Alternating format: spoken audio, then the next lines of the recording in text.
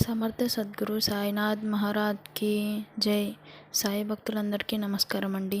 మన సాయిబాబా దయ వలన అందరు సంతోషంగా ఉండాలని మనస్ఫూర్తిగా కోరుకుంటూ ఈ వీడియోని అయితే స్టార్ట్ చేస్తున్నానండి. ఇక ఈ వీడియోలో మనం చెప్పబోయేది ఏంటంటే, బిడ్డ, నీ మనసులో ఉన్న ప్రశ్నకు ఇప్పుడే సమాధానం దొరుకుతుంది. చూడగానే విని బిడ్డ అని బాబా గారు అయితే మనకి ఒక సందేశాన్ని తెచ్చారండి.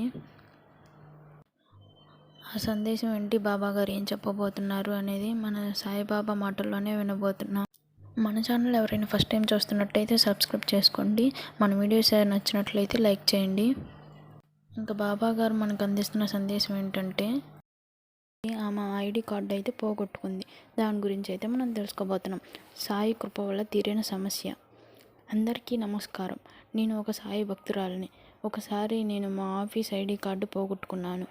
ఆఫీస్ క్యాబ్లో పడిపోయిందేమోనని డ్రైవర్ని అడిగితే ఐడి కార్డు ఏమీ కనిపించలేదని చెప్పారు. కార్డు లేకపోవడం వలన 4-5 రోజులు నాకు చాలా సమస్య అయ్యింది. సెక్యూరిటీ గార్డుల అనుమతి తీసుకోవడం, వేరే వాళ్ళ కార్డు వాడటం, క్యాబులు ఆలస్యం అవ్వడం వంటి ఇబ్బందులు ఎదుర్కొన్నాను. అడ్మిన్ టీం వాళ్ళు కొత్త కార్డు కోసం 700 రూపాయలు చెల్లించాలని అన్నారు. అప్పుడు ఇలా సమస్య అవుతుందని మా అమ్మతో చెప్తే బాబాకి దండం పెట్టుకోమని చెప్పింది. అమ్మ ముందు కూడా అదే మాట చెప్పింది. కానీ నేను అమ్మ మాట సీరియస్గా తీసుకోలేదు. చిన్నవాటికి బాబాని అడగకూడదు అనుకున్నాను. కానీ సమస్య ఎక్కువయ్యేసరికి బాబాకి దండం పెట్టుకున్నాను.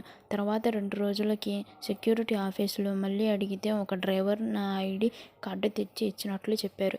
అది విని నాకు చాలా సంతోషం వేసి వెంటనే బాబాకి థ్యాంక్స్ చెప్పుకున్నాను. చూస్తే ఆ డ్రైవర్ పేరు దత్త అని ఉంది. సాయి కృప వల్ల నా సమస్య తీరిపోయింది అనుకున్నాను. ఇది ఆమె జీవితంలో జరిగిన ఈ సంఘటన. చూశారుగా సాయిబాబా ఎలా కాపాడారో.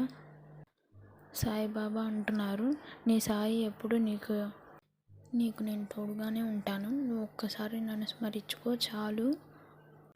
నీకున్న ఏ కోరికనైనా నేను నెరవేరుస్తాను బిడ్డ అని.